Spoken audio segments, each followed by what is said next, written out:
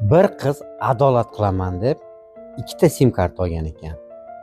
Birinchi sim kartasiga pul solgan ekan, ikkinchi sim kartasiga pul solgisi kelmasdan yurargan ekan. Keyin o'ylagan ekan, erkaklar ikkita ayolga qanday adolat qiladi deb.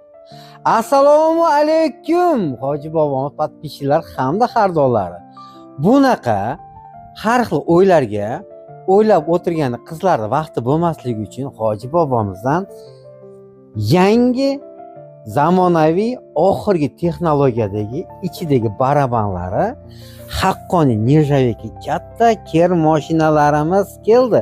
Bu haqqoniy dehqonlar uchun, haqqoniy yangi cheklarga ko'chib chiqqan opa va akalarimiz uchun, kanalizatsiyasi yo'q, vodoprovodlari ulanmagan haqqoniy dehqonlar uchun dehqoniy kir mashinalarimiz hoji boboga keldi.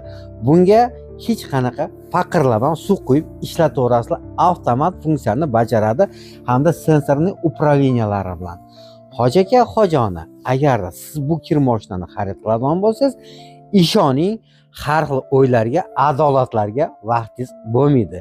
Bu kir mashinani narxi bor yo'g'i 16 ming so'm, ya'ni agarda uyingizda detskiy malyutka kerak bo'ladigan bo'lsa, detskiy malyutkalarni ham olib kelib qo'yganmiz.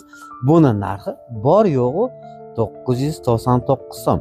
Bu qayerda bo'ladi? Albatta hoji boboda bo'ladi. Hoji bobo hamisha xalq xizmatida. Bizning manzillarimiz o'sha shahri Onadirda hamda Narimondagi Turon kafeda.